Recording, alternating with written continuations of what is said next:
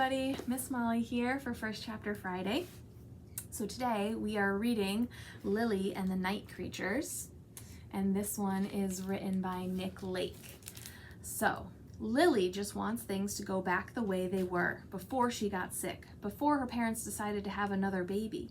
So when she's sent away to stay with her grandmother while her mom delivers her new sibling, Lily's determined to go home. But when she arrives, she doesn't expect to find people in her house. People who look like her parents, but definitely aren't.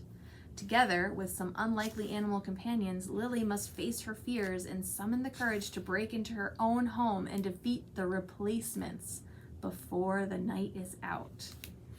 So let's read the first couple pages of Lily and the Night Creatures. All right, chapter 1, Before the Beginning. In the garden of the house, a mole was talking to a crow. The sun was setting. That was the time of day, but it was also the reason the animals were visible at all. In the daytime, they could not be seen, unless they wanted to be. "Do you think she'll be here soon?" said the mole. "The girl?" "I don't know," said the crow, hopping from one foot to the other. "Why should I?" "I tunnel in darkness," said the mole. "You're clever. You soar in the air." "I'm clever too," said the mouse. He was leaning against the severed trunk of a tree. "No, you're not," said the mole. "That's true," said the mole, not very sadly, "but I'm willing."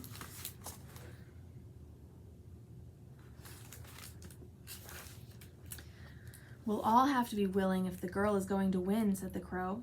There was a long pause then. The house was a looming presence in front of them, its edges becoming less definite as the light faded from the sky. The mole sniffed the air. She smelled something that she could not put into words. A certain slackness in the evening, but a dangerous one. Something laid out as if loose on a framework of the world that might at any moment be pulled taut. "Goodness, we're all very serious, aren't we?" said the mouse. "Shall I sing a song?"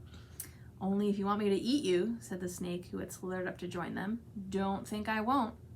"Fine," the mouse harumphed. They watched the house. "She won't win if she doesn't come," said the mouse eventually. "She will come, won't she?" Well, there we have it," said the crow. "Mole's nose has spoken. It was my mouth Oh, the crow had given Mole a withering glance. "Now hush," he said, folding his wings. "We don't want them to hear us." The animals fell silent and watched the house. It was empty, but it was quick, in the old sense of the word, and it was the old senses the animals cared about most, quivering with life. A shadow moved past a window, though there was no light to explain it. The animals shivered, even the snake, who was cold-blooded, and the mole, who couldn't see. They waited.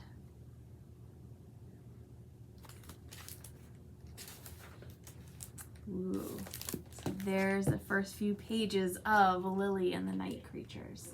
So if this is something that you think you want to finish, give us a call or stop on by and we'll pull it for you. And otherwise, have a great rest of your day. Bye.